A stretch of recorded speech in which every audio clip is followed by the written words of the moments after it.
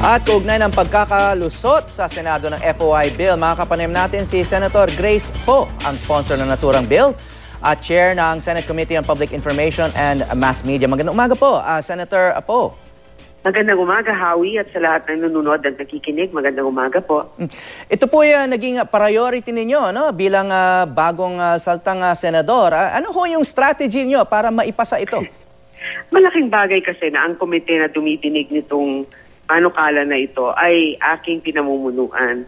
Kaya nga po, hindi ako nag-atubili kahit nasabihin nilang ito isang controversial, makontrobersiya na komite, ay talagang tinanggap ko ang pagiging chair ng public info dahil alam ko bilang chair, kung talagang gusto mo, pwede mong bilisan ang pagdinig ng isang panukala. Ma'am, alam naman natin na si Pangulo at ang kanyang administrasyon ay masasabi nating lukewarm dito sa FOI bill o kaya yung mga original na provisions nito. Why do you feel so strongly na kailangan natin ng Freedom of Information law? Unang-una, sa tingin ko naman, hindi naman sa lukewarm. Ang totoo niyan, nakipag-cooperate naman ang Malacanang, nagpadala sila ng representante, si Secretary Quezon, para ibigay yung kanilang versyon. Sa tingin ko, gusto din nilang pangalagaan ang mga bagay-bagay katulad ng national security, pag-iimbestiga ng mga kriminal o yung mga informers natin. Yun lang yung mga halimbawa. Pero bakit ko bakit ko talaga pinulak itong FOI? Sapagkat itong una nating sandata para malaman kung ano-ano ba talaga nangyayari sa gobyerno. Sa tingin ko, kung nagkaroon tayo ng FOI noon pa, ay hindi nahahantong sa ganitong punto yung nangyari sa PDAF na halos 12 bilyon ang ninakaw sa atin. At kaya nangyari yon kasi wala tayong kakayahan na imbestigahan ang mga transaksyon ng gobyerno o ang kanilang mga pinapasukang kasunduan. Ngayon po ay maiiba yan kung maipapasa natin talagang FOI sa bicameral. Yes.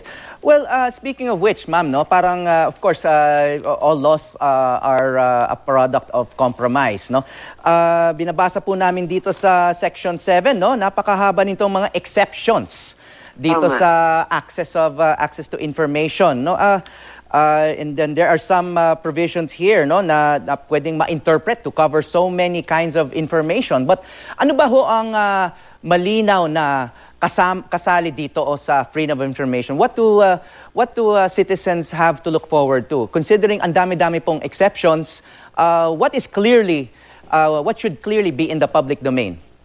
Hindi, ganito lang po yan. Kaya naman nakasaad lahat ng mga exceptions na yan. Kasi kung titignan naman natin, bilyon-bilyon din ang impormasyon na natatago ng gobyerno, milyon-milyon. Lahat po ng transaksyon ng gobyerno, lahat ng dokumento, kung ano man na meron sila, ay talagang dapat bukas sa pagsusuri. Maliban na lamang dun sa exception na nilagay natin. Kasama na dyan yung national security. Ano pong ibig sabihin yan?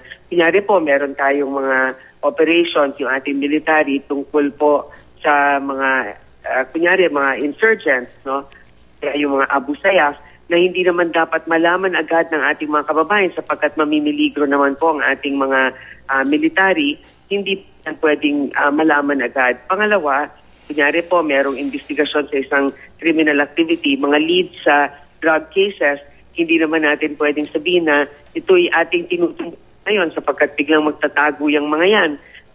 Yun lang po ay iba o kaya yung pag-uusap natin sa ibang bansa katulad na itong medyo sensitibong pag-uusap sa China, hindi naman po pwedeng lahat ng mga proceedings sa pag-uusap na yan ay mailahad-lahad lalo na pag hindi pa opisyal.